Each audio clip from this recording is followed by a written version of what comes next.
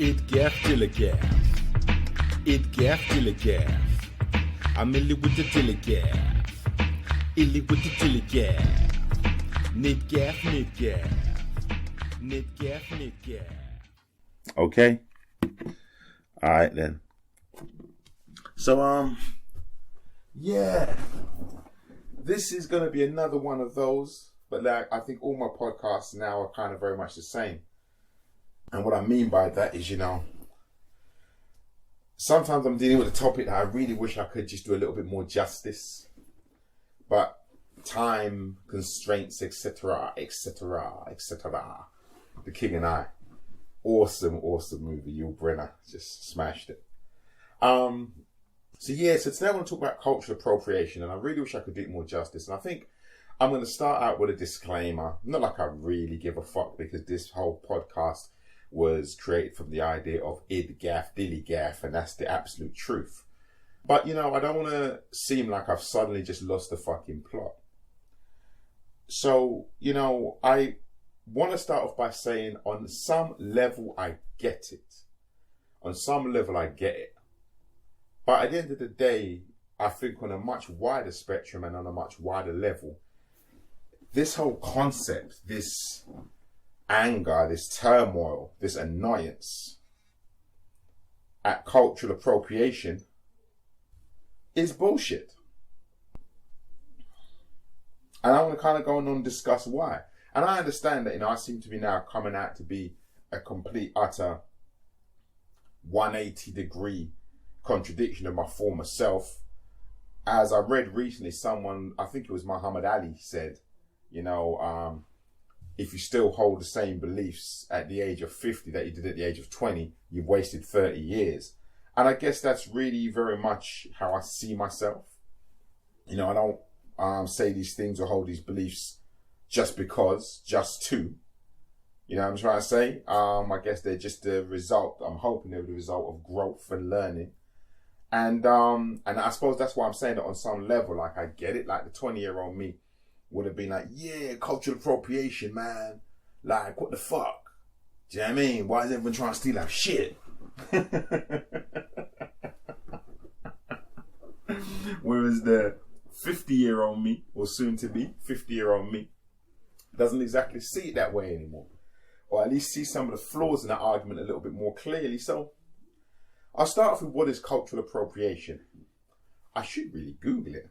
You know what I mean? Because it's such a divisive type of thing.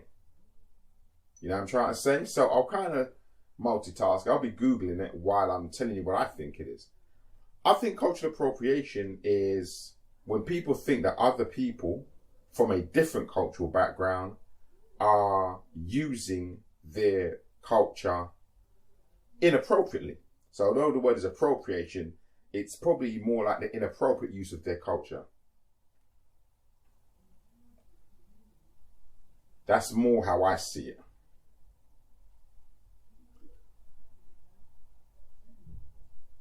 I'm just trying. There you go. So I'm going to Google this. Yay, look, ma. Look, ma. Yeah, so I'm going to start with my definition. My definition, I think that, it's more about people thinking that people using their culture inappropriately, A, and B, it has a lot to do with people from a different background, taking people's culture, and I guess it's back to inappropriate, really. It's just inappropriate, not using it correctly or making light of something that has a lot of gravitas to that culture, So here is a Wikipedia definition. Cultural appropriation, at times also phrased cultural misappropriation. Hey, ma, I got that right. Is the adoption of elements of one culture by members of another culture. This can be controversial when members of a dominant culture appropriate from disadvantaged minority cultures. And I suppose that's really where the whole concept of I get it comes from. Because I get the power play. I don't want to bore myself in this podcast by going over and over and over the power play and the power dynamics of the world we live in. They are what they are. We know what they are. I more get involved in conversations when people try and deny what they are. I don't want people going over what they are to the people who know we know. It's just boring more, for the people who try and deny what they are. And now I think I better turn this fucker off before Actually, I might keep it on, so you might hear some really annoying noises. Sorry, because what it is, I might even just use, Google one or two other times during the recording of this podcast. But anyway, so, I get it. I do, I really do. But my problem with cultural appropriation is that, yes, it seems controversial when members of a dominant culture appropriate parts of the cultures of a disadvantaged culture. But the problem with that, the underlying problem with that, is it kind of speaks to a powerlessness. It really speaks to, from that so-called minority or undominant culture, the fact that you're mad that someone's appropriating your culture really speaks to you really saying, listen, that's all I have. I got so little in the fucking way the world is structured that all I have are these elements of my culture. And now you want to come and take these too? And it kind of, for me, really speaks to a kind of victim mentality. You know what I mean? Because it's like, well, actually you have more than just those remnants of your culture. You actually have more than that. You have what you can go out and achieve in the world.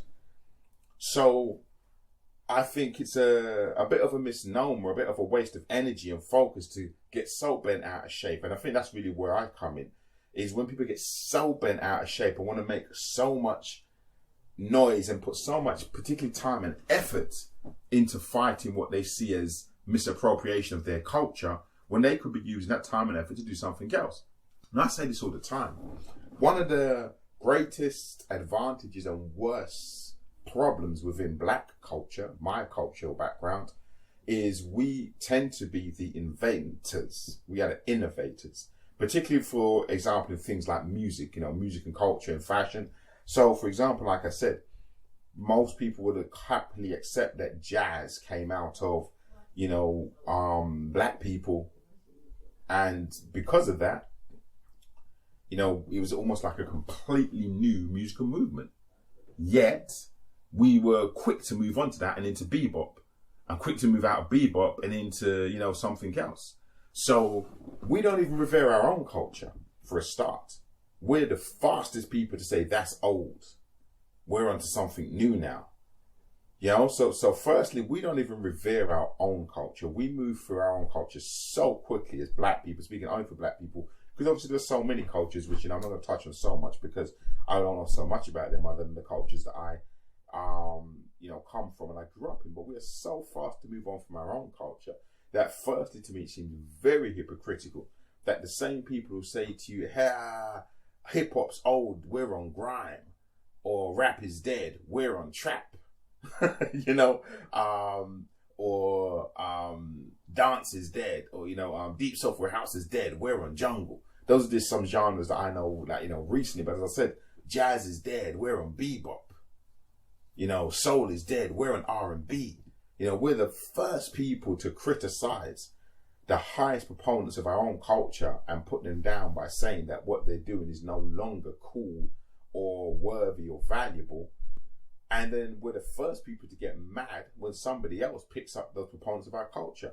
So I remember in the 80s, I was a young kid, and there was like this huge, I think it was Japanese jazz explosion. And all of a sudden, these Japanese groups were making the highest quality jazz.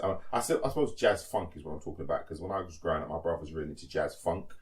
And, there was a real jazz funk movement. And then again, that got put down and that wasn't cool anymore, and whatever that replaced it, we as a culture, again, like I say, black culture moved on. And then I remember when the Japanese kind of picked up jazz funk and started killing it and making high level jazz funk. And then people were getting mad. Now, cultural appropriation wasn't a word or a term or a thing back then, but people were getting mad. They were like, hey man, why is it that all the best the best jazz funk's now coming out of Japan? What's all that about? And they were kind of bent out of shape, but they couldn't really articulate it properly. But, the reality is we've moved on. If we had still put the effort and the resources and the appreciation into the people who are making jazz funk, we would have probably had a second generation of people doing the same thing. But we moved on and said it wasn't cool, it wasn't of interest, it wasn't of value to us. We left it behind.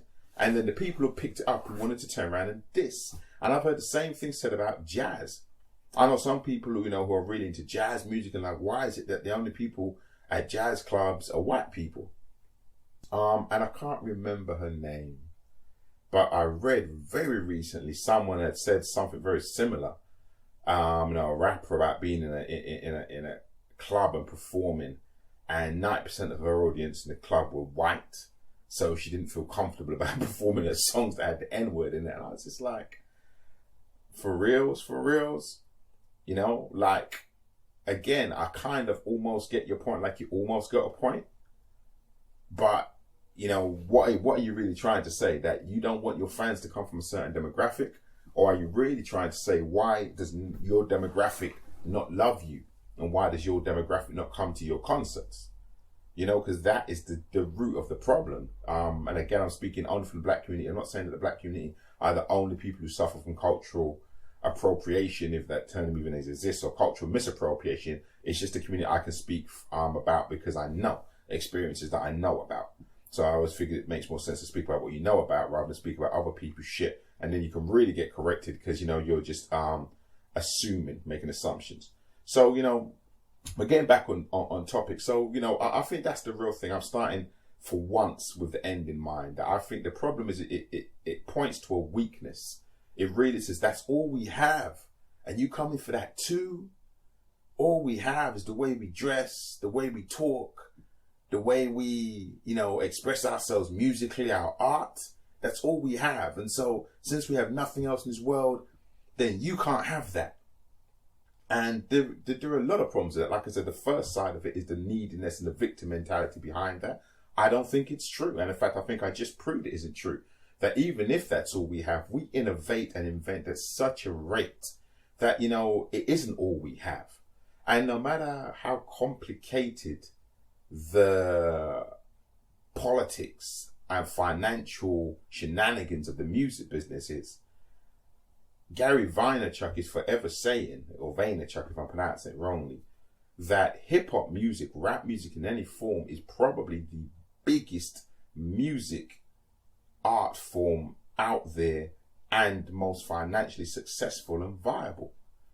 And this came from kids on the street corner freestyling. This came from the Dozens, H-Rap Brown. This came from Dolomite. This came from Jamaican MCs or Jamaican DJs playing songs and MCs talking over them about what was happening in the blues at the time. Who would just walk through the door, who was dancing with who was dressed what way. That's the root of that. That's what we created, and now it's like a multi-billion-dollar industry. So when we want to start crying about that's all we have, well, Dr. Dre and Jay-Z are billionaires, man. And if you're talking about the power structure, as people like Jordan Peterson are so happy to jump about and spout at the top of his voice, not every middle-class white kid is a millionaire with no problems in the world, feeling comfortable and secure, and feeling bulletproof about the world he lives in. There are a lot of people who supposedly, by the way the power structure is organized, should be getting the greatest of benefit, who are suffering and living in abject misery, insecurity and unhappiness. So, you ain't the only person who broke and fucked up.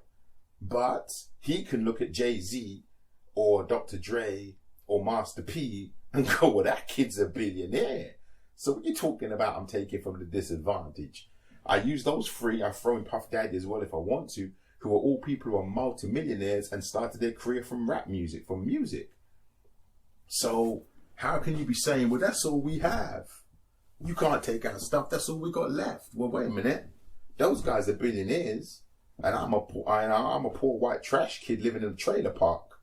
And you're telling me that I can't braid my hair and talk in Ebonics because that's all you have. I think you've got a bit more than that. Might be all you have. You missed it individually, but not all your culture has. Because your culture has got millionaires left, right, and centre just off that one stream, which is one form of music. Hip-hop. Not dealing with reggae, jazz, soul, or any of the other, musical forms that black people are very successful with. Just one. So I don't think that the argument is that that's all we have really stands up to that kind of scrutiny anymore. And even if it did, I think it's a victim's argument. And I think, we should be really thinking of ourselves in better terms of our abilities and our place in this world as victims. There are people who are set upon every single day of their life and don't see themselves as victims. So why should we, as a nation or any nation, look at themselves as the whole nation of victims? Firstly, the truth doesn't bear it out. And secondly, it's not a very healthy way to see the world. So that's the first thing, man. And like I said, and the second thing is, and this is my larger point, cultural appropriation, like, if you take away that statement, which I think was really the crux of it, that the majority use the culture of the minority, and it's seen as a form of abuse because, it's seen as a form of the people in power and the empowered people taking more from the people who are not empowered, it makes even less sense. If you take the argument out of it, remove the argument from the hypothesis and re-examine it, it makes even less sense. And here's why. Because the only beautiful thing about humanity coming from different backgrounds, having different colours and races and cultural backgrounds, is that we get to share them and experience them, and it embellishes the experience of all. If there is a supreme creator, if there is a God, he could have made everything on this planet the same. He could have made one form of animal and one type of human being. We have a dog. I'm always amazed when I go for a walk with my dog at how many other different types of dogs are out there. It's like it's insane. You know what I mean? But that's one species of animal. I can go for a walk literally 1 kilometer from my house and meet 30 different types of dog. So within humanity, we have different races, nations, sexes, variants of sexes, on the scale of LGBTQ. Then we have countries, nations, cultural backgrounds, so much stuff in the mix that leads to this rich tapestry of the planet we live in. And I can only believe it was there for us to enjoy.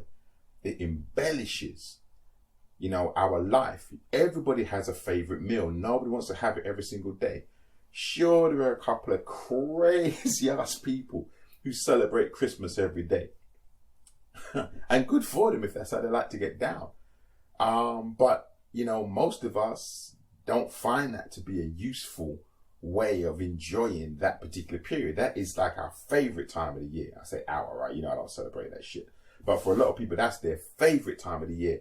And part of that comes with the anticipation and the waiting. So you don't want to have that every single day. Now, I speak to this very heavily. I'm sure some other people don't. I remember I worked for a guy once. He absolutely killed me. I was going on a holiday. I was in this office and I said, I'm going on a holiday. We're going to go to Tenerife, whatever. And he goes, oh, okay. He goes, I don't often take foreign holidays. And I thought this guy was cool. And this really just kind of threw me. I was like, oh, really? Why is that? He goes, I don't like the people.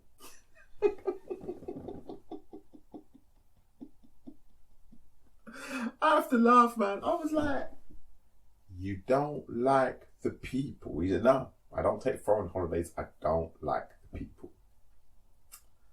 And as always, I was like, what, all of them?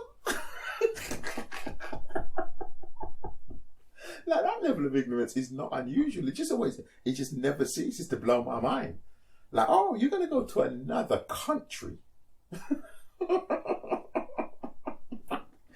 I know what happened inside. Let's go easy, man. 60 million people. And you don't like none of them.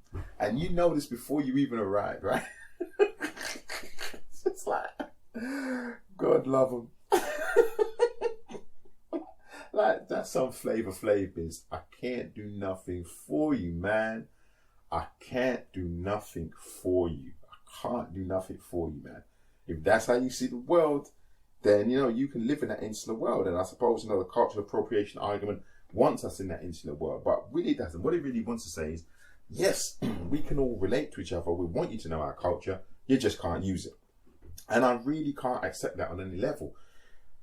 If we're all going to live in each other in a world where we intermingle with each other, we are going to be affected by each other's culture. I'm saying again, if we're going to all live in a world where we intermingle with each other, which I think is the beauty of the rich tapestry of the world we live in, we are going to be affected by each other's cultures. And the first thing you see about human beings is we imitate the things we like.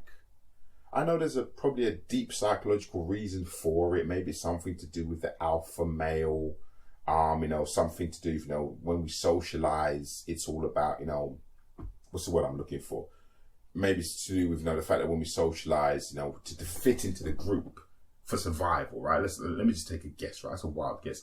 Let's say go back into the reptile brain when humanity's evolving. We know that we only survive in groups. That we know this from later research, right? Because there's a part of our brain which is actually just dedicated, the part that comes right after the reptile brain. There's a part that's just dedicated to dealing with social circumstances, and that means it was absolutely essential for our survival. So we knew individually we're much more likely to die, but as a group we're much more likely to survive, right? So we understand we have to fit into groups. So maybe that's what it was about. Maybe if you came from one group and you had to survive and you came to a totally different group, like let's say you came from Africa and for some reason you landed in the middle of Viking, Germanic land, and you had to imitate those people and learn their language and imitate that culture if you were going to be part of that group, if they were going to accept you as part of that group, because you wanted to survive, right?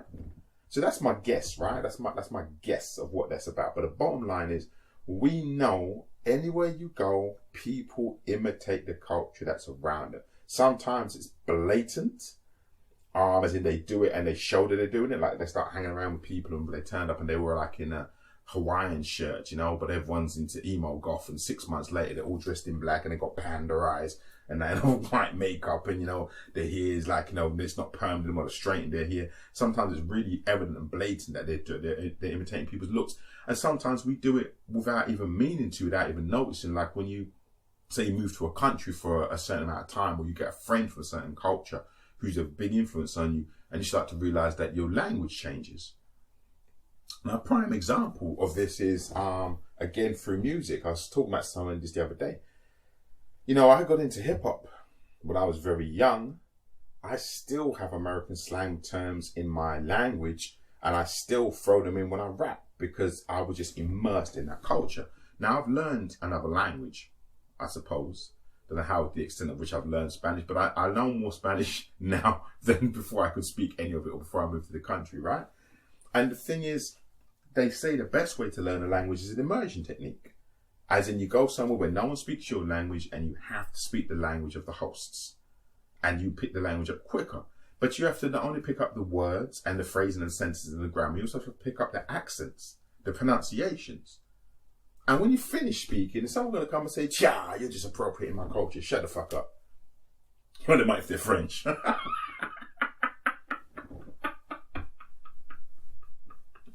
Yes, folks. Racism, homophobia, and... No, I only say that because the French have a reputation for being very strict with non-naturalized French speakers. I know a number of people have been told off for speaking French very badly. And, again, I guess that's part of their culture, whereas, because I live in Spain, I've been speaking very bad Spanish for many, many years, and I get applauded like a little child, like, "Yay, he's trying, good boy, keep trying, well done." Where I know people who have spoken French to quite a high level and have been severely reprimanded for the fact that they don't speak French perfectly. But anyway, so at the end of the day, to me, the way the world is, the way human beings develop, we learn from each other. The world is a better place when we have different cultures, different backgrounds to bring to the table, and we mix those things and we enjoy the different cultures. I mean, I love different cultures. One of the things I loved the most when I lived in London was just how many cultures lived in London. It was truly my favourite thing about living in London before I left in 2006. And it really made me so sad when pre-Brexit, because it was obviously the run-up to Brexit, there started to be all this anti-Eastern European migration hate. I won't go back into it. I think I've done that podcast already, particularly coming from people whose families had migrated from other countries to the UK. But it wasn't just the stupidity of migrants, who had now settled, turning against new migrants. It was just that before I left, I had so welcomed this wave of Polish and Romanians. I was so interested. I was interested in the way they dressed. I was interested in the language. We had a lot of properties. A lot of these guys came over and they were, we had a lot of properties. A lot of these guys came over and they were working in the building trades. We had a number of people come over and do bits of building work for us. They were highly skilled. So they were bringing value to the country. But, I was so interested in them and the culture, their backgrounds, and then, the way they dressed. I just found it fascinating. And I had the exact same experience, maybe, whatever it was, 10, 15 years before, when there was a big influx of Somalians into the country. I'd had the same experience before when I was in school, when a lot of Bangladeshi kids came to the country. Now, things happen around the world, and sometimes there's migration or whatever it was, or refugees. And, certain groups of people would come to the UK en masse. And I always found their cultures interesting, even if I didn't get to know them. Now, I didn't particularly have a huge amount of Somalian friends, but I still found it interesting when I would see them about town doing their thing. I never had a hateful feeling towards them. I never had you look different to me, you act different to me, and your food smells different to me, so I must hate you. I think it's kind of a supreme level of narcissism, actually. A supreme level of, thinking that you're better than everybody else, to think that just because somebody's different and the way they do things are different, it must be wrong and you therefore have to hate it. Again, how boring would this world be if everybody looked the same, spoke the same, ate the same, drank the same, smelled the same? How boring would this world be?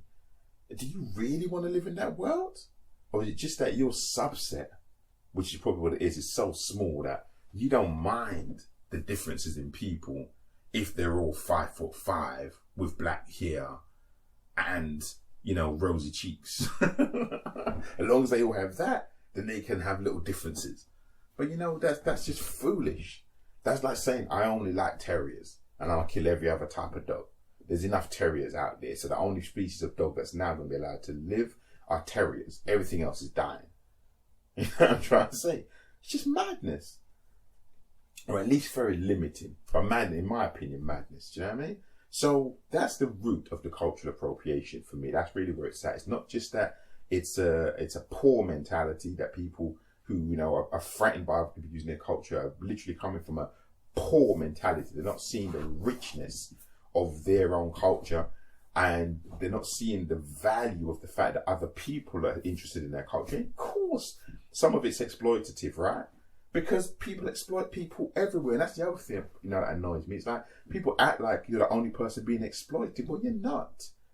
And maybe if you got out of your own circle, you've realised that loads of people are being exploited. It isn't just you, but because you have a poor me mentality, because you have a victim mentality, you think that this cultural appropriation, this use of your culture by someone else, is only happening to you. But it isn't.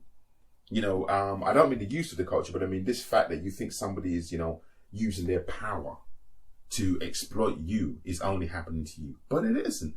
There's somebody who you look up to and you think, if I was in that person's position, my life would be perfect. And they are having the exact same level of exploitation meted out to them by somebody at a higher level. So you just got to get over yourself. Understand that there's levels to this thing. And, understand that, realistically, people being interested in your culture, even if it's cynically, isn't always a bad thing, because the root of that is that we have different cultures to engage in. And then let me throw back the point. I'm gonna do it all in reverse today. Before I really get into the cultural appropriations that I think are nonsense and the few that I give a bit of credence, taking away, like I said, the power structure. If you're out here, right, I'm talking again from my culture, from black culture, talking about, there's cultural appropriation, then how do you explain when you appropriate other people's culture? Now, again, I understand that this is controversial, not controversial so much, but I understand that, it's sensitive, right? Because, as Malcolm X said, we didn't arrive on Plymouth Rock. Plymouth Rock landed on us. We didn't land on Plymouth Rock. Plymouth Rock landed on us. We didn't land on the Mayflower. The way we got into European culture wasn't by invite, it was by kidnap and slavery, right? So, we ain't trying to forget that. I understand that 100%, but I'm still saying, at the end of the day, maybe I'm not getting this the right way. So my point is this: one of the cultural appropriations that I saw that I thought was bullshit was Stella McCartney brought out a range of clothing, which was basically traditional African design influenced, based. And this is one of the first times I came across the cultural appropriation thing. A year ago, maybe two now, something popped up on my WhatsApp from someone's Instagram feed about how dare Stella McCartney make these clothing designs with African prints, who does she think she is, and look how the price is so high, and don't go and buy that stuff, and we should have a campaign to shut her down. And again, I was just like, really? You want to use your energy for that?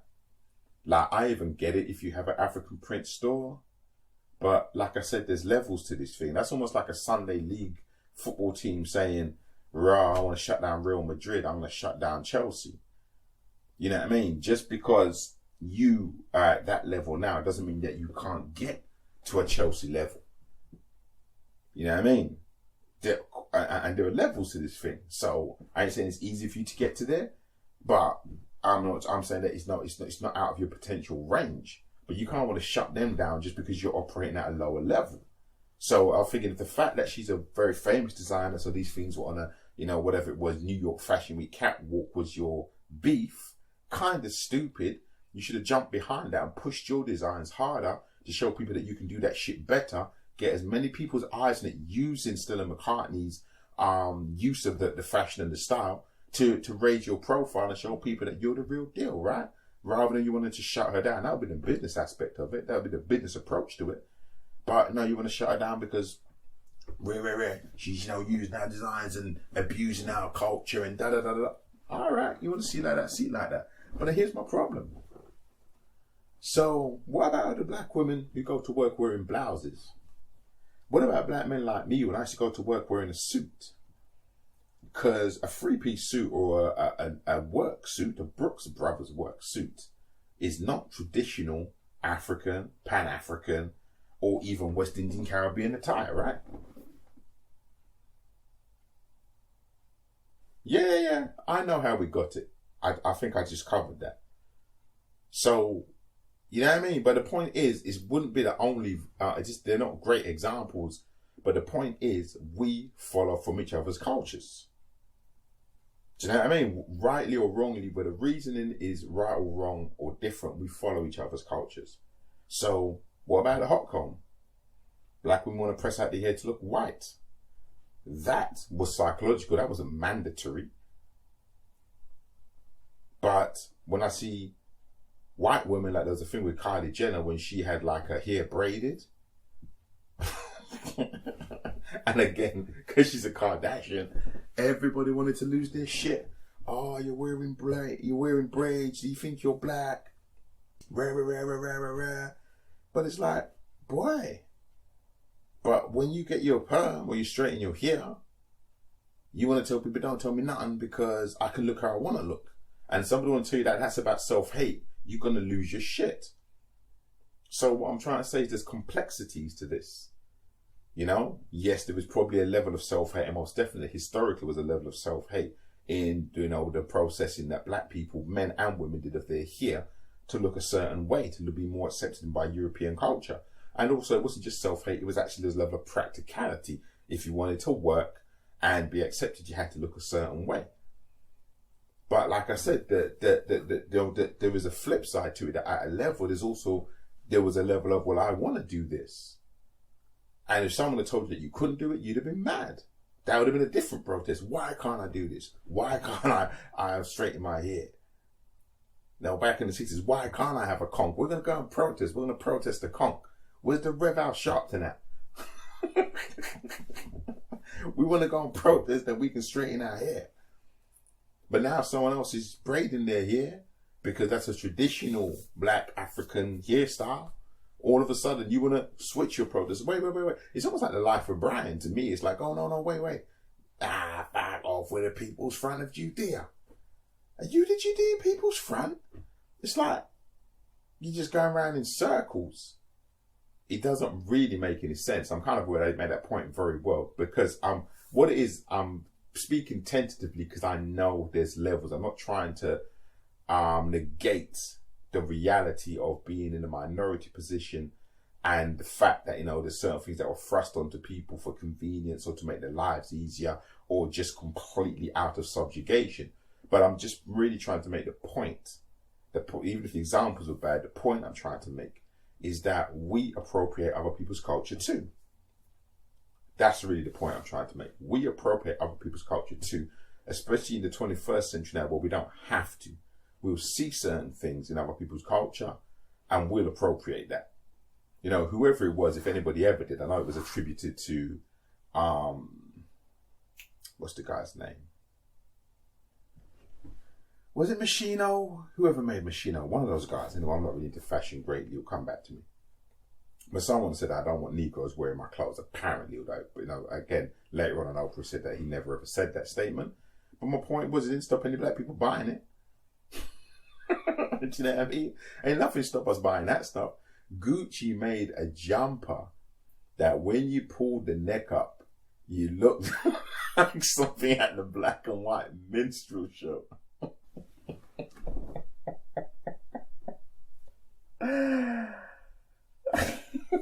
It's like, that was like, if I say fuck you, you ain't gonna hear me, so I'm gonna show you.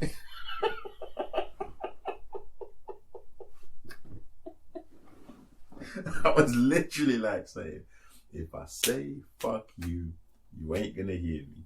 So I'm gonna show you how much I detest you and I don't want you buying my clothes. Didn't stop black people buying Gucci. So, as I said, the point I'm trying to make, even though I'm aware I think I made it very badly, and I'd have probably been crushed if it was a debate one-on-one with somebody, because, like I said, of the historical context. It's not I'm not aware of the historical context. It's just I'm trying to say that we culturally appropriate too. And I'm just trying to say that to back up my underlying point that humanity is diverse, that diversification of humanity is beautiful. And rather than worrying about who's following the way we are, dressing the way we dress, speaking the way we speak, trying to sing and dance the way we sing and dance, we should be applauding that we have that effect on people, because humanity is always about having an effect on people. And the person who has the greatest amount of effect on other people actually eventually wins. This is one of the reasons they used to burn rock and roll records. That was that whole thing. Was that great quote? One of those massive record burnings. Rock and roll is proof that a white person can degrade themselves to the level of a nigger.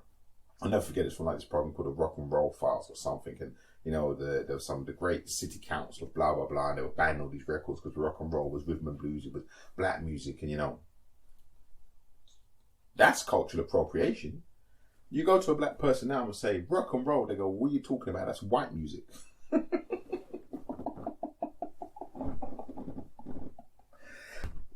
How mad is that? That they used to burn those records, literally pile them up and burn them, because they understood that in the terms of cultural appropriation and its power, when we were making these rock and roll records, the original rock and roll, original real rhythm and blues records, from our blues background, telling the story that we learned as African griots and great orators, and bringing it through into the new instrumentation and the new reality that black people found themselves in America. The excitement and the tension and the engagement that would bring within the dominant host community effectively meant that they were going to lose. Because whoever carries the cultural swing effectively is the cultural alpha. And everybody wants to be like the alpha. And that's what they meant by these records of proof that a white person can degrade himself to the level of a nigger. It's like, you ain't meant to be like that. You're not meant to be looking at those people. You're not meant to want to dance like them and sing like them and move like them and hear their stories. You're not meant to. But it sure happened. So now, in terms of cultural appropriation, we don't even see that as our art form anymore. most people under the age of 40 or 50 would tell you, in fact, most people over the age of 40 and 50 would tell you rock and roll is nothing to do with black people unless they Googled it and researched it. But the facts, the evidence are all there. And then exactly the same thing happened with jazz, exactly the same thing happened with hip hop. So as I said, musically, our thing is to create and move on.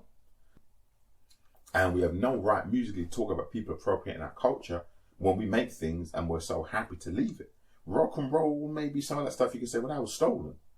Okay, but some of the other cultures definitely weren't. We were just more than happy to move on to the next thing as the creating culture. And the fact of the matter is, you know, in terms of cultural influence, we own culture pretty much on the planet, pretty much worldwide. In terms of making money off that culture, not so much, maybe over the last couple of years. But in terms of cultural influence, you know, we own culture. So we're not in a poor position. This isn't a poor me, we're victims. Do you know what I mean? And if we're victims, we're more victims because of the victimization we allow for ourselves by leaving the stuff that was ours to other people. Aside from what was taken and controlled, sure. And I know there's a lot of gatekeepers that wouldn't allow us at certain levels. Yeah, I get it. But we still didn't revere our own culture. Because if we did, all the people who are running certain subsets of culture now would still be ours. We'd still be running the market in jazz. And in the new world, we might find that we now are multimillionaires because we control and we market jazz, because we kept a hold of it, because we respected it, respected ourselves, our ancestry, but we didn't. So fast to move on to the next thing that another gatekeeper controlled. So you can't blame anybody else for your own mistakes, man. That's some weak shit. Let me just jump up into this, because I think I made that point so bad that I'll just go into the examples. Like I said, I think you know where I'm coming from with my examples of bad. Humanity is beautiful. The diversity of humanity is beautiful. And the benefit of that is that we get to mix each other's cultures. And when we mix cultures, people are excited and interested in each other's cultures. And when people are excited and interested in things, they follow it, they imitate it because they want to be a part of it, not necessarily just because they want to manipulate it, use it and abuse it. And the people who want to manipulate, use and abuse things are everywhere, and they manipulate, use and abuse everything, not just your culture. You know, don't believe me? Ask someone who's been attacked by a narcissist. Those people, ask someone who's had their business idea ripped off. It ain't just your culture, those type of people are using and abusing. So I gave a couple of my examples of cultural appropriation, which, you know, misappropriation, which even if it was cultural appropriation or misappropriation, I just think was a wasted argument. I've given the Stella McCartney one already, because like I said, it ain't like black people don't be wearing clothes designed by for white people, or clothing that is culturally, traditionally embedded in white culture. We be wearing that shit way beyond and past the times at which it was enforced on us. But we still be wearing it. We still prefer to be seen in that, you know, than our own shit. You know what I'm trying to say? Like, people who are billionaires, Dr. Dre and Jay-Z, will probably still be wearing something that is based in white culture than wearing kaftans and, you know, African clothing.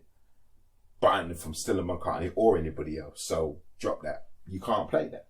Same thing with Kylie Jenner and the braids. Listen, man, like I said, we be rocking everybody's hairstyle. You know what I mean?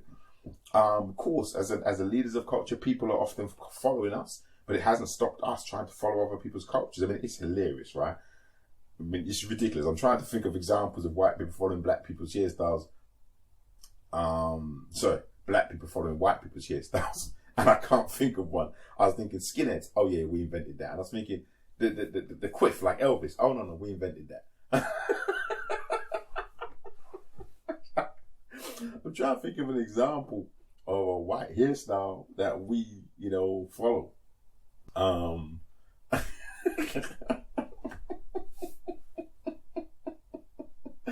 I suppose, you know, like I said, we'd have to just go back to the hot comb and straightening our hair, because our hair is naturally kinky. So you find people who don't want their hair to be kinky, you know, but it's true. Rightly or wrongly, look, I understand, like, they talk a lot about self-hate, but here's the thing. If Barbie is unfortunately the image which is presented as the pinnacle of European beauty, not every European person, naturally born European person, meets that ideal or that, that misideal of beauty. So we ain't the only people trying to straighten our hair or get blonde highlights or get our hair blonde or tighten our waist to fit that ideal.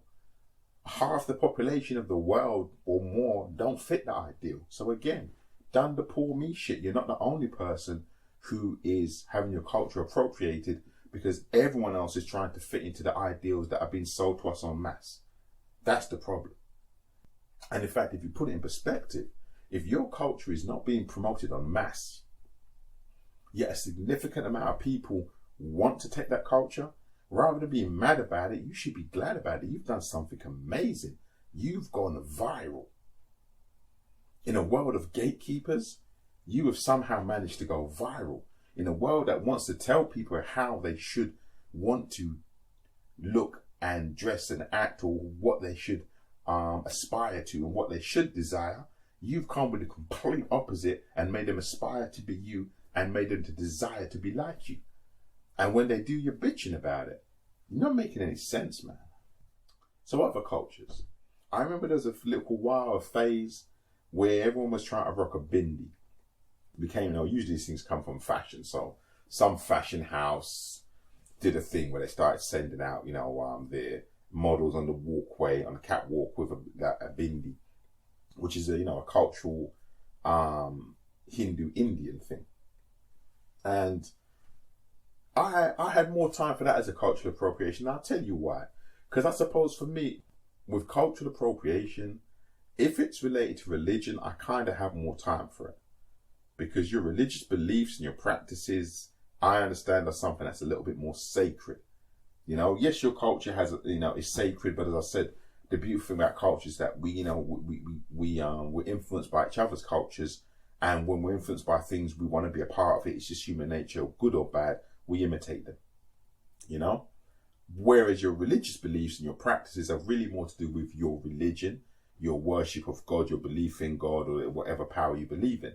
So, I think it would be a very different thing if somebody, and same thing, I know the Sikhs had the same thing. There's a little phase of fashion where people wanted to rock turbans. I used to wear a turban, which is part of my culture because I got dreadlocks. But I know at the time, even then, some Sikh people were like, "Are you just trying to rock this, this little fashion like you're going on like a Sikh?" I'm like, "No, I feel you, man, but not really." There's a lot of Rastafarians and dreads. I'm not a Rastafarian, I'm a dread. But, because when you grow dreadlocks, you tend to grow them long.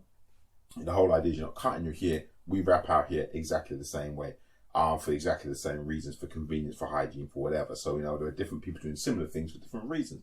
That's more of a cultural appropriation. If people, came up with a fashion and started rocking skull caps, which, traditional Jews wear, or having little ringlets down the side of their hair, again, I would feel that, like, all right, and I get it. Do you know what I mean? I wouldn't particularly say that everybody should be mad about it or screaming that they should be getting banned, or boycotted if, if any particular fashion house was starting to sell hats, skull caps, because it was a fashion, I wouldn't say, okay, we should shut that down. But I would understand the sensitivity of people who see that something which is part of their religious worship being used in a fashionable way. I could see why they wouldn't appreciate that, those are the kind of things where you talk about cultural appropriation and cultural misappropriation. I've got more time for. I think, okay, if it's to do with your religion, your worship, your spiritual practice, then I kind of got a bit of time for that. Now, as a guy who's a dread, I'm not a Rastafarian. I might use the term on occasion for simplicity's sake, but I'm most definitely not a Rastafarian. First point, the Ethiopian Coptic Church, which is the real root of Rastafarianism, most of those people don't even wear dreadlocks. So dreadlocks and Rastafarianism are not actually even related.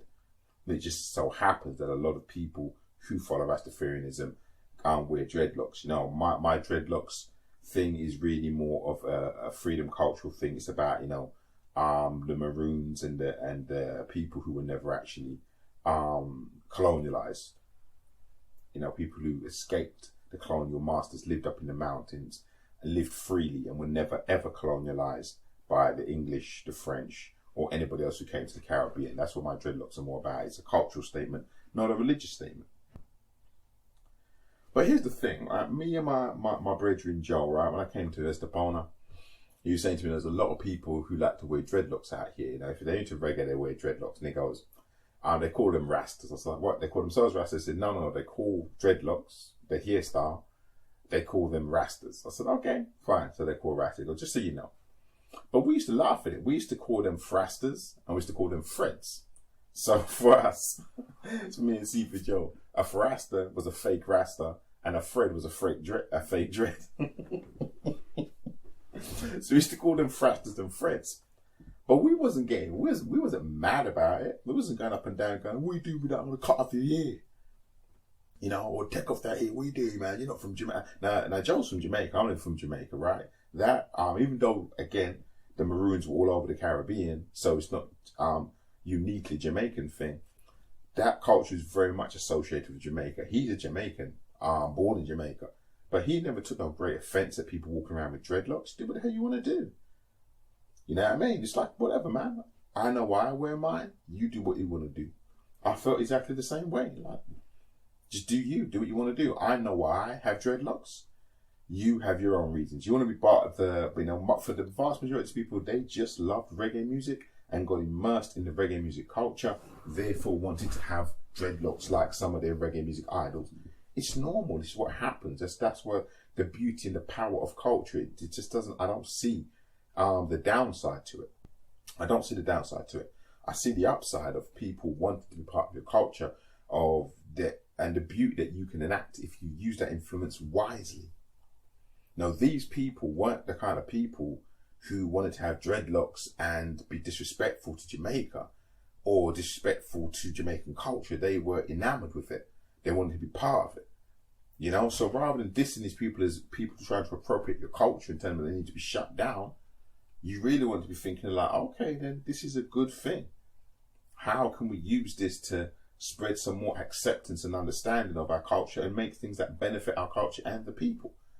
And that was the case. A lot of these guys, man, particularly one guy called Ricky Roots, and I had a project out in Gambia, because again, he didn't even wear dreads, but he's so down with the reggae culture about a sound system that he, put together a project which was taking people interested in Black African reggae roots culture and getting them to donate and support to build schools and projects in the Gambia.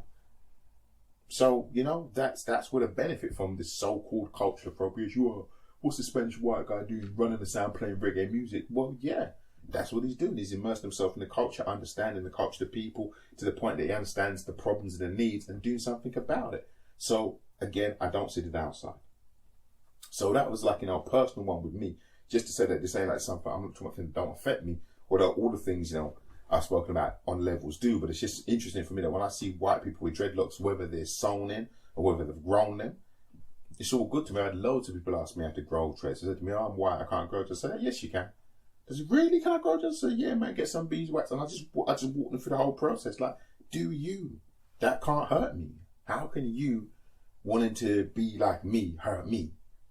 Actually, imitation is still the greatest form of flattery.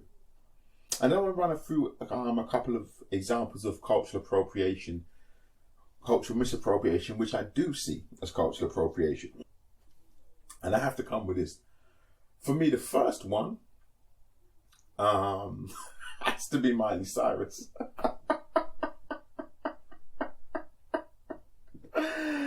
Miley Cyrus, cultural appropriation queen. I'll tell you why.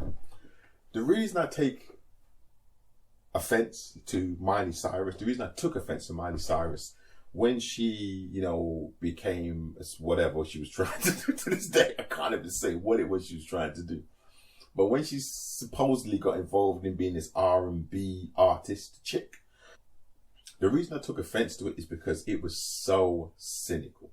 For somebody who's interested in music and, interested in entertainment and media and had seen this thing play out so many times, it was, in my opinion, the most cynical thing I'd ever seen. Something without, unlike the people I was just talking about, who love reggae music and got more and more engrossed in the reggae culture, and then they really thought it was a part, they wanted to be a part of it, and decided they wanted to grow dreadlocks or have hair sewn into their hair because they wanted to have dreadlocks because that's how they felt about it. I think she was the complete opposite to that. It was a super cynical move. Now, we've seen it with every child star. Every child star has, when I say child star, they've had this great career, then they get to this point where they're now an adult and they need to transition and they've got to work out what to do.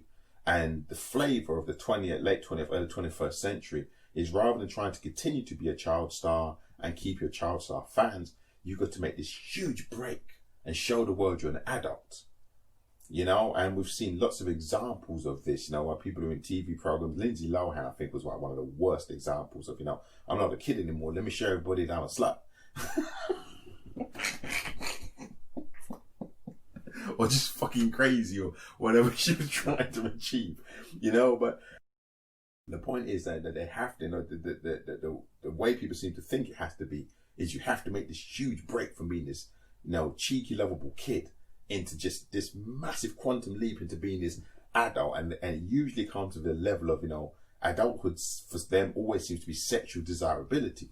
Zac Efron is another prime example, huge in the High School Musicals. I know I couldn't remember that name. I couldn't forget that name because my kids made me watch all of them. So huge in the High School Musicals, kiddie teen star. Now I'm an adult. I need to make this huge jump, and the most important part of that jump is A, hyper, ultra sexualize yourself, and B, totally torch and diss everything you've done in the past.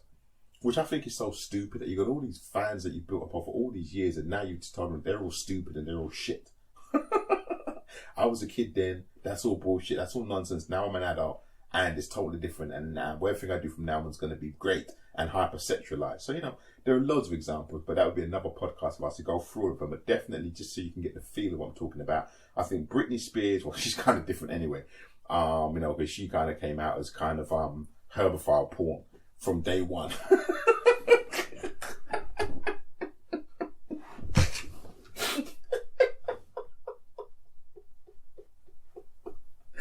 I'm sorry, man, but I gotta keep it real, man. The very first time I saw Baby Hit Me One More Time, hypersexualized girl in school clothes, dancing around sexually, it's like I didn't even know the word at the time, but I was like, yo, that's some herbophile soft porn right there. So so maybe not her, but everybody, the Olsen twins again.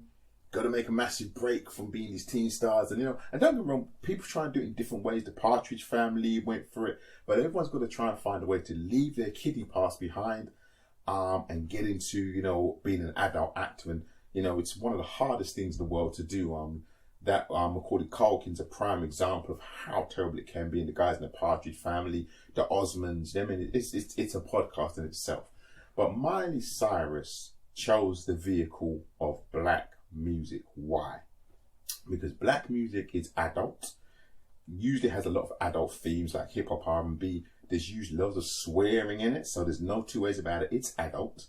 So little Hannah Montana, that's how we roll. You know what I mean? All that Hannah Montana. I can't remember. Obviously, we have to watch it with the kids as well. No, but all those kiddie songs from Hannah Montana. Boom.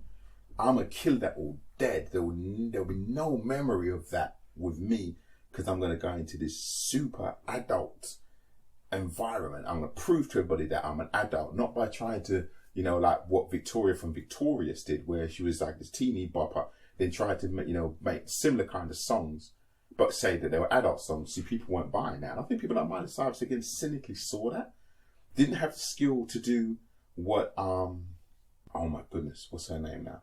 Ariana Grande did, who was also in Victorious, but managed to go from teeny bopper dumb cat to boom, oh, I actually really am an R&B star. And again, super highly sexualized, but I think she was easier to buy because of her background, and it was kind of more to her culture. And I guess also because Victorious was more of a teeny show, whereas Hannah Montana was most definitely Disney kids shit when it started, right? So she had to make this uber big jump to prove to the world that she's a big girl now, and she's no longer that thing, cut ties with it completely. What's the best way to do it? What's risky and dangerous and an adult, and You know, it was literally like saying, I'm gonna, you know, back to the days when they used to call Africa the Dark Continent, you know, because it's mysterious and dangerous and sexual, and, you know, and she literally took hip hop R&B in exactly the same way and threw herself into it in order to make that break. Pretty much using nothing else, just, I'm going to go and hang out with black people and that will prove that I'm dangerous and I'm no longer a kid and I'm also hypersexualized. And in doing that, she took all of the worst elements, every bad element of hip hop, everything about hip hop that wasn't great or just stank, and focused on it. And that's the reason why she was at the VMAs or whatever award show it was, dancing around with Robin Thicke with a big finger and no clothes, gyrating around, looking like a 5-year-old girl who was trying to imitate her favorite pop stars. And my favorite moment of that particular award show, whatever it was while she was on stage gyrating around, looking like a kid in her mum's shoes and her auntie's dress, trying to imitate the latest sexualized pop star of the day, just looking utterly pathetic. The camera panned over to Rihanna and Drake, who I think were dating at the time, and literally caught them with like their head in their hands, like that shake my head emoji gone. Literally had their head in their hands, like, whoa. And I could literally think of them thinking, like, they were like almost like saying, if I could have captioned it, it would have been like, is that really what you think we look like? It was blackface. It was literally blackface. It was the minstrels. She was like, oh yeah, I love the way black people be singing. Hold your bowl, don't you hold your bowl. Yeah, my mama. Oh yeah, my mama. And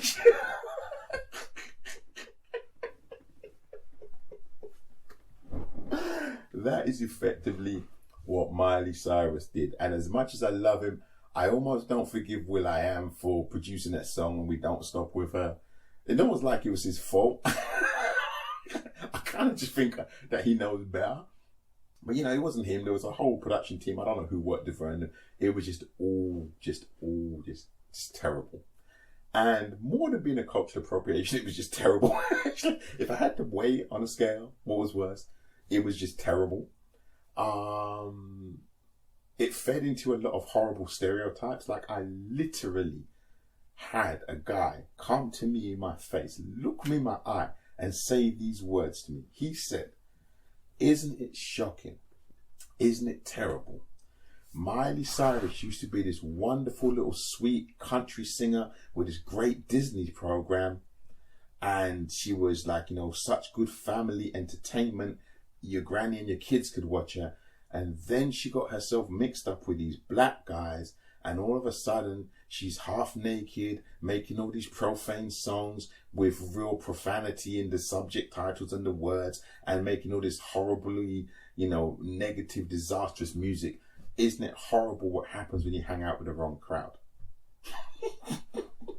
Someone looked me in my face and said that to me.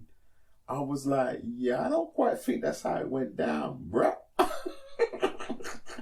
I think she was trying to separate herself from her previous life, make the jump into adulthood, saw hip hop as the #1 ticket and way to cynically prove to everybody that she was gangster and dangerous and thugged out and no longer a kid. Jumped into it, took everything that was wrong about it, promoted it with everything she had, all the gusto in the world, embarrassed herself and pissed all over the culture. Now that's cultural misappropriation. Don't be talking to me about Stella McCartney using African clothing in her designs like she doesn't use European, Indian, 18th century, 15th century futuristic. Like, the fuck out of here. It's fashion, right? That's cultural misappropriation. Because it was done for completely cynical reasons and it pissed on the culture more than anything else. It just pissed on the culture. Which is why I said in the other podcast, to me, it was just so funny. That was the funniest part about, you know, Billy Ray Cyrus and Little Nas X, and particularly the scene and wherever she was before. It might not have been Glastonbury, but she brought them out. And she was again running around, gyrating herself, just looking like the same idiot who came out with Robin Thicke dancing along to Blurred Lines. this same child trying to imitate wrong folks, when Little Nas X and Billy Ray Cyrus had actually made a good song, out of what hip hop does best, which is taking other bits of culture. In fact, how did I even forget hip hop? I am so remiss. But anyway, just finish my point. So, in doing what hip hop does best, which is taking other music and making new music, right? That's what hip hop is based out of, hip hop production. So he found a country record that he liked, made a hip hop record out of it. The Billy Ray Cyrus, who I do respect, unlike Miley Cyrus, thought, yeah, even if it was cynical, I see the money with this. He still decided to let it go ahead and jumped on board with it. Smash hit. And this kid who had used hip hop so cynically a few years ago to try and make the break from teen star to adult star was now running around on the stage being shown how it should be done by her dad. One of my favorite moments ever. And I don't know, I've got to say, how did I miss in the cultural appropriation argument? That's why I should probably plan and script these. Hip hop itself. Hip hop is the use of existing music to make new music. Hip hop is the use of existing music to make new music. That is the root element of hip hop production. So, or we can call it samples. So, what hasn't hip hop culturally appropriated? You think that Little Nas X was the first person to sample a country record? I sampled country records. I sampled Gregorian chant. Dr. Dre's brother, Warren G, had a whole thing about sampling opera. No black people making opera. No century. Originating the existence of opera. I sampled pop. People sampled pop music. Sampled German. People sampled grunge. Hip hop is the biggest and best and most blazing example of cultural appropriation in the world. And any music that is based on sampling, which actually is rooted in hip hop anyway, it's based on that. So, now don't get me wrong. If you know some stuff, sometimes you can talk too much. I know the idea of hip hop comes from, like I said, my favorite quote. John Lennon talks about the introduction to Ticket to Ride and the fact that he was trying to play a different riff by a blues singer and it came out that way, right? So just the fact that hip hop sampled, physically took other music, physically took the sound and put it into other music isn't the root of copying. We all know the root of music is the story of copying, wanting to be like other people, trying to be like other people, or modifying what other people have done, change what other people have done. They talk about this with Eric Clapton and when rock and roll emerged from rhythm and blues, that apparently that session in his garage, but that's what I'm trying to say. That's the beauty of culture. There's no point in saying, you're appropriating my culture, because if people don't appropriate your culture and learn from what you're doing, they don't get engrossed in what you're doing and then try and modify it, nothing changes. The history of the world's advancement is cultural appropriation on one level or another. And if you're loving hip hop, but dissing Kylie Jenner, braiding her hair, and Stella McCartney using African designs, you don't know what you're talking about. you simply don't. While you're dancing to Little Nas X and Warren G and any of, do you not think George Clinton, and they were, James Brown was super mad at rappers for sampling his music until he saw them royalty checks coming in. But fair enough, because when we were doing it right at the start, he wasn't getting no royalty checks for it. George Clinton was different, but frankly, Dr. Dre's whole career was built on taking everything that P-Funk ever made.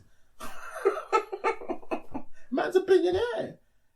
So you do not think that Bootsy Collins and George Clinton and all them guys are sitting around somewhere thinking, I'm still clubbing, man. Dr. Dre's a billionaire, but really, all of his first albums, the whole G-Funk sound comes from us.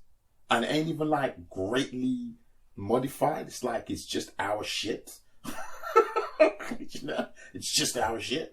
With a couple of 808 kick drums added to it.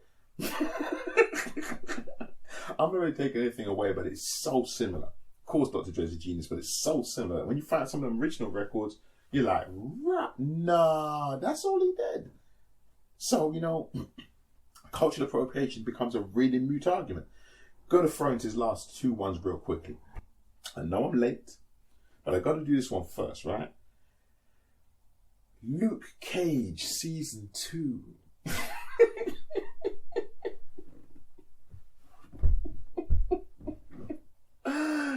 Not such a great example because you probably haven't come across it. You'd have to be a big fan of Marvel. And I grew up on comics.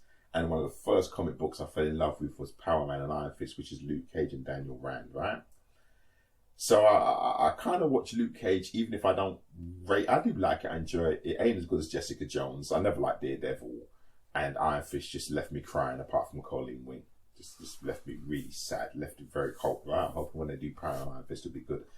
But Luke Cage season 2, right? The whole premise is the Jamaican gang comes in. The lead, the original gangster in season 1 was Cottonmouth, and then it was his brother Willis. Great storyline, real good program. Now we've got the Jamaican gangs. 2 shout outs. Firstly, those ADOS assholes. I don't come up remember what their name is. These are the fools we're talking about. The English girl playing Harriet Tubman, and it should have been a black American. Fuck them. Samuel Jackson, who I love but has a real punch up for being a prick, like an utter dick, had said the same thing about the guy who starred in Get Out. That, oh yeah, it's cool, but they would like to see what a black American made of that role. Fuck you too. But you swear a lot, so fuck you with a stick. You'd appreciate that. Now I'd like to see what a black white man would have made of your role in Star Wars, but who gives a shit? I mean, it's like whatever, dude. But my point is this: those idiots be talking about that they should have black Americans playing black American roles and not English people who are now starting to flood, America, right? And again, there are cultural underlying reasons for why they feel that. But again, it's just poor mentality. Again, it's just you're coming to take our shit without realizing how big their shit is.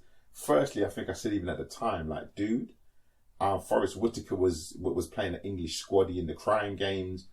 Denzel Washington played a black guy in Barger on the Beach. Like, just seriously, we didn't even have a career. Even like I said, there's that great statement, that great Adrian Lester, when he went up against Guy Ritchie, said, "How dare you say there were no black actors in England? He had to go and get American actors." Like, how fucking dare you? So the argument goes both ways.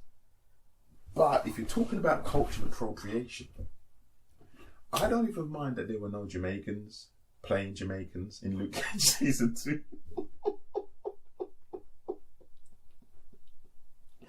That isn't even my beef. My beef is when I listen to actors talking on these shows, whether it's Jonathan Russell, Graham Norton, about working with a voice coach and the accent, especially when they're doing biopics and shit. Why could you not find one person who could do a proper Jamaican accent? Not one. There were about, 2-3 main Jamaican characters, and then about 8-9, ancillary ones, the mother, the aunt. Not one. Not one single person who could do a proper Jamaican accent. I love the show, even though it's my favourite. Jessica Jones is my favourite, but I still love the show. But it was cringe-worthy, man, to the point where I haven't finished it. I wanted to cry. I'm going to finish the series because I like completing stuff, but I could actually stop watching this. And if it was anybody else, if it was like a white show, which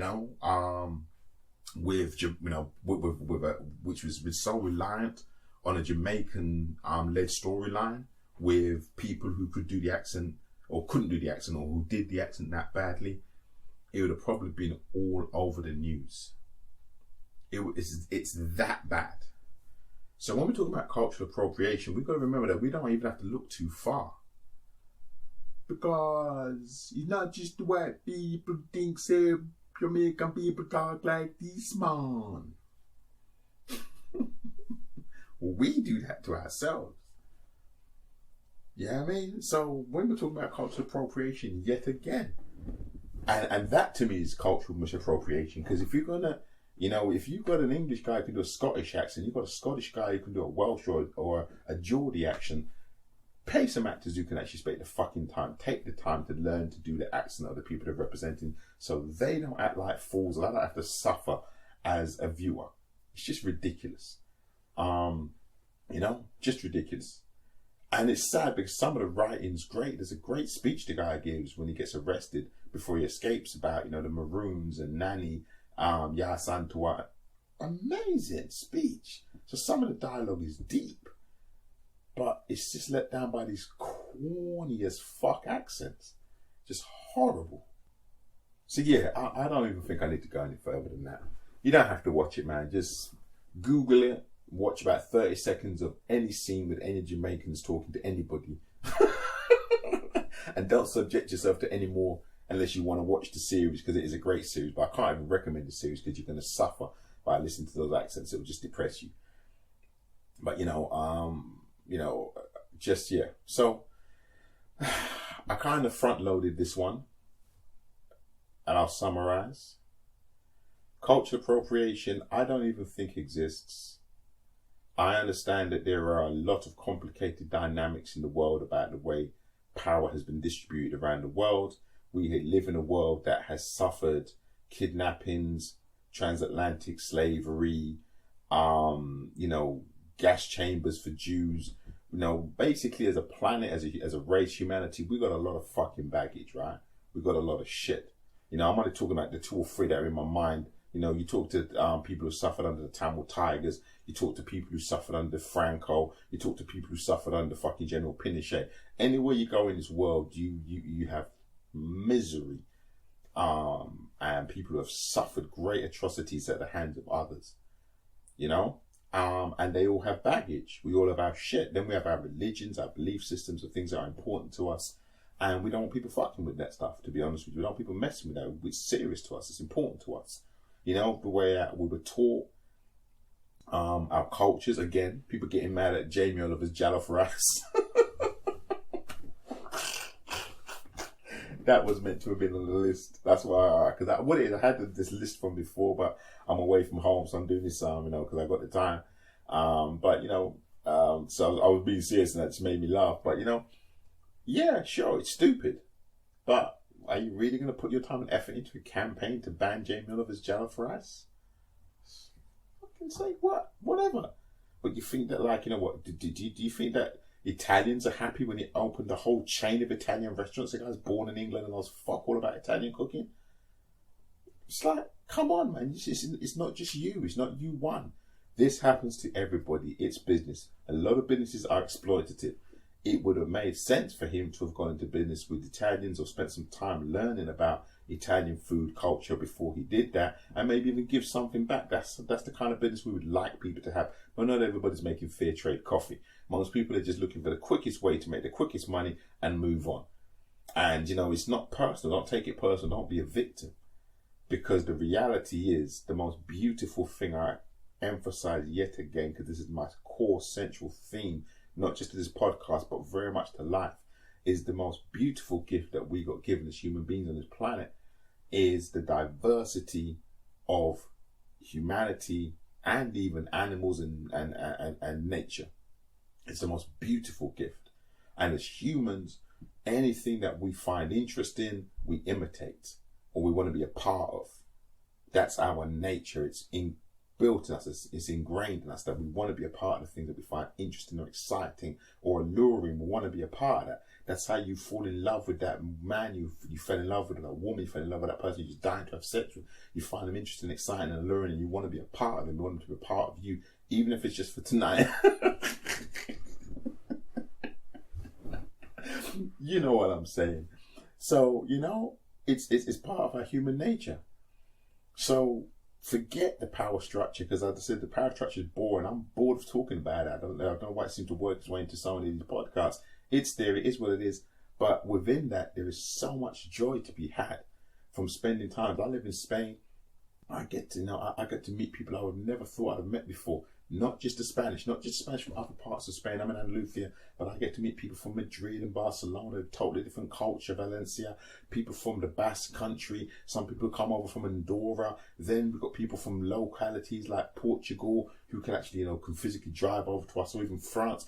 And then we've got the people who are from like Spanish pre-colonies, like happened in England with the Windrush and African continents. And then we got, so we've got so many people coming over from Paraguay, Uruguay, Argentina, Chile, Bolivia. It's amazing. I get to spend time with all these different people in the culture. I might not imitate them or be aware if I'm imitating them, but it's a wonderful gift. After having spent time with, and we still got Romanians and Polish people, and some of my best friends I've made are Czechoslovakian in England and in Spain. For me, it's just a huge, amazing gift, the diversity of the planet, the kind of people you can meet, what you can learn from people. You can learn about their different cultures, the way they look at things, the way they approach things, their outlooks, their attitudes. Some of the best friends I've ever made, like I said, my Muay Thai teacher, one of the guys I used to train praying mantis with, Czechoslovakian and Romanian, just amazing. I'm Moroccan, one of my best friends out here, Moroccans, amazing, advantages that you can find in humanity if you embrace and enjoy the diversity. And bitching and complaining and moaning about people appropriating your culture just stunts that. Because all you're really talking about are exploitative, manipulative people who, as I pointed out before, will be exploitative and manipulative in every opportunity they're given, whether it's to do with your culture, or to do with you in a relationship, or to do with you on a political or geopolitical level, or to do with you in your business, or to do with you in your football club. They're going to be exploitative on every level. So don't be worrying about what they're doing. They're just fucked up people. Like I said before, we don't watch them, on a level. They are just what they are. They're on this planet with us, and I suppose they're part of the diversity too. If I want to get on my, high horse, hoochie paloochie hippie shit, I guess they're all part of the diversity too. So for me, cultural appropriation, cultural misappropriation, sure it exists, but it's a minimal. And the people who want to waste their time making campaigns to get things shut down because other people are using their culture when they're using other people's culture, I just think are dumb. And if they make the power play argument to me, I just be like, yeah, but that power play works exactly the same way in the opposite. You don't want to believe me? Jordan Peterson and his ilk will happily tell you how a poor middle class white person feels about Jay-Z or Dr. Dre being a billionaire. I mean, it's like, yeah. Not so many, but that relationship still exists. These arguments don't bear out anymore. Enjoy the beauty, diversity of this planet. Put your time, energy, and your focus into building stuff. And if you're worried about people appropriating your culture, love, respect, take care of, and maintain your culture. Don't run away from your culture, left your culture, then worry about it when someone else picks it up. Okay, that's some old bullshit. Have to get back on my riding from the boondocks. Have to get back on my riding from the boondocks, because that's some old bullshit. You drop your culture, run into the new thing. You're left with the people who are doing that part of your culture hungry. They can't make a living. You leave them feeling devalued. You leave them feeling worthless. And then when someone go pick up that culture, even if they don't use them people and they see the value in what was being done and they can start making money from it and start making it popular, now you want to care about it? Maybe the exploiter's you. Sounds like that to me. But even if it isn't, that's some old bullshit. All right, I've enjoyed that. Almost got my point. I think I had a couple of touch and go bits where I didn't remember argument very well and I would get slaughtered. But I think overall I made my point. Just enjoy the diversity of this planet, man. It's a blessing. And enjoy the fact that we fall in love with each other's cultures and what we do. I've done it numerous times. Everybody's been a mod, a rocker, hip hop, reggae, whatever it is. We've all done that shit. So let's not lose track. Let's just enjoy it and respect other people's right to do the same thing. And don't even get me started. Don't even get me started. I was winding up. Don't even get me started on the people who make rap songs using the N-word, sell them to the public, push them and want the music to reach everybody all over the world, and then want to get mad at people singing the same lyrics back to them if they're from another culture and saying the N-word. How stupid are you? That's another podcast. I don't give a fuck who you are. Kendrick Lamar, I respect you, but that's some dumb shit. You made a song littered with the N-word. You didn't make it some underground song that you only wanted for your people. You're on a record label and you're touring the world. You're making this, you're putting it out to everybody in the world. You invite some girl on stage to rap along with you and she says the N-word and you get offended. That's not even Riley. That's not even Riley from the Bulldogs. I'm not even giving you that. That's just foolishness. That's just, I've heard a great, not like a TED talk, but somebody gave a debate about, why white people using the N-word is quite correct. And the whole premise was that, that people in their position are never told they can't do something. Listen, dude, you don't spend that much time and effort promoting something to me, have me buy it, and you want me to be a fan of it, and you push it to me, you're selling, you don't sell me something and tell me I can't use it. Fuck out of here. You don't sell me something and tell me I can't use it. You don't have white people using the N-word, don't put me in your music. I repeat, you don't want white people singing along and saying the N-word, don't put it in your music. You are a human being, intelligent human beings, and you can make songs and not say those words. But you want to make songs, podcasts. I had the same thing. I love Horrible Decisions. I had them saying the same thing. White people can't say the N-words, but it's littered throughout their podcasts. But you want white fans. Y'all don't make no sense. So, if I get into that part of it, me winding up this podcast will actually just make you go on for another hour. That's just bullshit. It's foolishness. Enjoy the diversity. And if you don't want people doing something, don't promote it to them. Don't sell it to them. If you sell it to them, it's theirs. I'll tell you, you know what I mean? This is white people, black people be using the N-word in music like gremlins. I'm gonna say this gremlin, but don't put it in water. Like I'm gonna say these songs, but don't repeat the lyrics. Music is made for singing along. I hope y'all know that, right? Since its very inception, I am sure that one of the primary purposes of music, and as far back as you go and you can see in any part of history, is people write songs and other people learn them and sing along with them. So if you're going to be selling your music, don't be telling people they can't be repeating what you say. So if you don't want them to be repeating the N-word, don't put it in your song. And if you're going to do that and you're going to complain that they repeat the N-word, fuck out of here. Thank you for listening.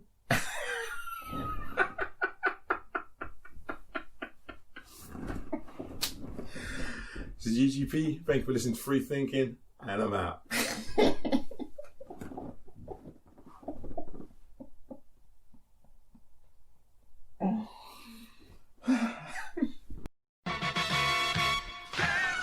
Alright then. Well, I'm out on road, so you might hear some noises in the background. I just wanted to make this quick addendum to the podcast because, as you will know, I actually originally recorded that podcast quite some time ago, actually. I think it was last year when I actually recorded the Cultural Appropriation or Cultural Misappropriation podcast. And the actual reason I didn't get to post it like most things was because I was too busy, and 2020 decided to slip us all into an alternative reality with coronavirus, Black Lives Matter, and just all kinds of insanity which kind of took over. And it would have been remiss for me not to have focused on those things, having a podcast based in society. But the first thing I want to say, bringing this up today, because the podcast was sat there, so this whole Adele thing was one of the reasons I decided to post it. For anyone who doesn't know, Adele posted a picture of herself with traditionally black hairstyle China bumps and a Jamaica flag bikini top, saying how she missed Carnival, and had a massive Twitter backlash. So I'm going to start with this very first things first. For all you people who love to scream, that's reverse racism, let me explain to you very clearly what reverse racism is. Reverse racism is effectively saying that somebody, a single individual, who is jumped by 5 or 6 other people, and they're jumping and they beat the shit out of him, and they've got him on the floor and they're punching him and they're kicking him. There's more of them than there are of him. They're bigger and stronger than him, and they're beating the shit out of him, and he finally manages to swing 1 or 2 punches or kicks in their direction, all you reverse racists are the people who run in at that point and say, you see, he's fighting too. You see that? He's not a victim. He's also fighting back. He's fighting them as well. He's part of the problem. Totally ignoring the fact that this person was completely innocently going about their business and was set upon by these people and stomped the fuck out. So, if you can't see that, I ain't got no time for you. It's very, very, very clear. I'm not saying there isn't racism, and I'm not saying racism is justified. I'm just saying that when you scream reverse racism in these type of incidents, you're completely ignoring the gravity of the juxtapositions of the groups. You're ignoring the gravity of the juxtapositions of the groups. Who has the power? Who's been doing it for longer? Whose racism has so much more effect on the lives of others? You ignore all of these things and you just take the slightest little bit of resistance, wrong as it may be, toxic as it may be, it's just resistance, and you use it as some kind of a promotion to try and say that things are fair or equal. Nonsense. So that's number one. Secondly, in terms of what had actually occurred, I appreciate a lot of the slack or the complaints came from America. And someone said something that I did think was quite sensible after they'd claimed reverse racism, which said Americans don't really know a lot about British culture. In fact, when I was growing up, Americans didn't even know there were black people in England until Soul to Soul came out. So they really have no idea of the level of a melting pot that the UK is compared to America. I'm not saying it's perfect. I'm just trying to say it's more of a melting pot in England than it is in America. So they have no idea of that. They don't really have an idea of the concept of what kind of event the Notting Hill Carnival is. And the way that for 50, 60 odd years, multicultural groups of people have got together and partied and shared their culture. And they don't really understand the way Caribbean black people have shared their culture with others. You know, there was a news article about the fact that Carnival had been, cancelled as a physical event, but had been put online. And they interviewed a white couple, couldn't have been a day under 60, who said they'd been going to Carnival for for decades. And they were going to miss it. It's part of their year. And, I get a lot of Americans won't get that. And for the other people, the British people who jump on a bandwagon and complain about it, either they've never been to Carnival or they're fucking idiots. Because ever since I've been going to Carnival, I've been seeing white people dressed in Caribbean ways. And in fact, to take it to its natural extent, we never, ever even attempted to restrict anyone coming to Carnival, not in my memory. There might have been the odd people, the odd groups who didn't like it, but it was never an official part of the Carnival organization to try and restrict it. So that meant that white people were always welcome to play mass.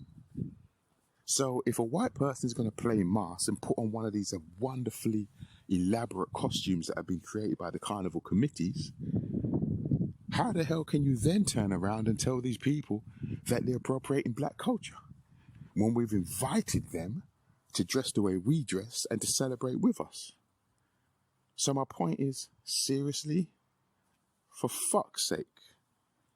Do you know what I mean? And the reason this pisses me off the most is because what annoys me the most about this is people will burn their time and energy having this stupid fucking conversation about the way somebody's dressed in the exact same week that a 17-year-old armed man, a young man armed with a semi-automatic weapon, walked into a peaceful Black Lives Matters protest in Kenosha, where a young black man, Mr. Blake, had been murdered by police and they were protesting this.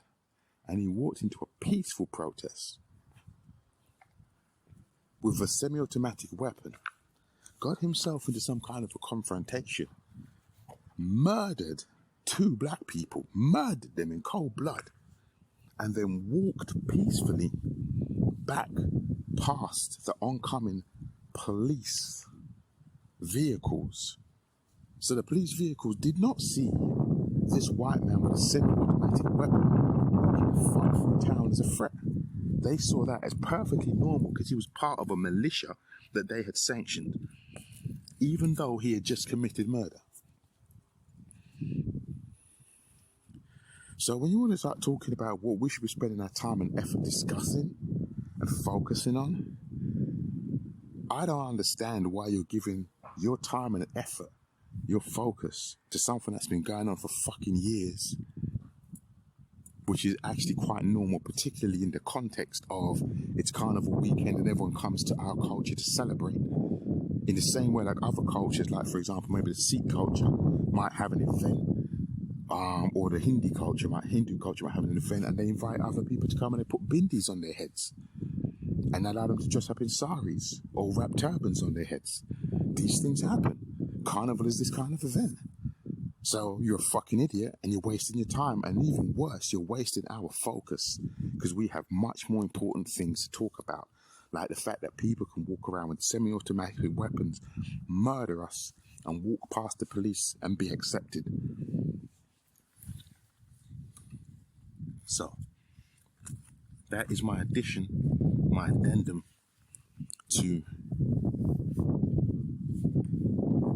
cultural appropriation or cultural misappropriation.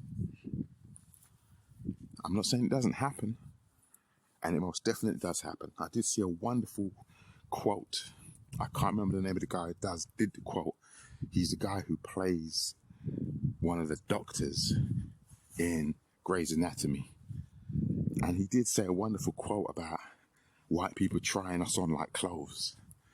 And I get that. That's cultural appropriation. When you look at our culture and you try it on for fun, for shit and giggles, or to see if it fits, or to see if you can use it and make some money out of it, and then you have no respect for it. You just use it and abuse it. That was my point about Miley Cyrus.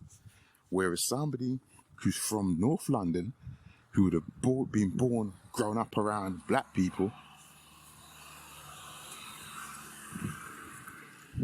whereas somebody who's from North London, who would have been brought up in a multicultural area, living in a city, which is one of the most multicultural cities in the world, going to an event which is a celebration of Caribbean culture, where we actively invite people from other cultures to get involved in our culture, being accused of cultural appropriation or cultural misappropriation when they actually do what we invite them to do, which is to get involved in our culture, dress the way we dress, wear our hairstyles, listen to our music, eat our food.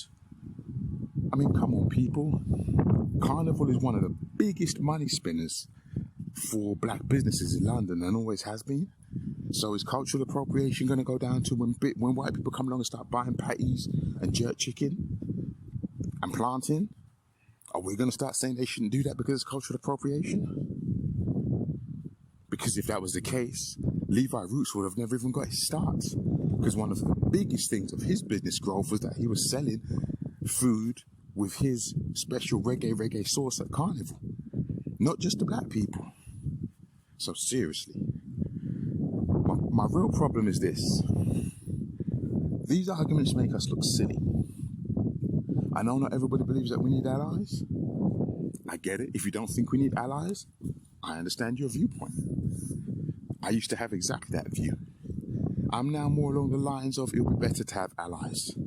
But whether we need allies or not, here is one thing that is absolutely true. We need to have consistent, sensible arguments that don't make us look like fucking idiots. And that argument against Adele is not consistent, it's not sensible, and it does make us look like a bunch of fucking idiots. That's my addendum, and I'm out.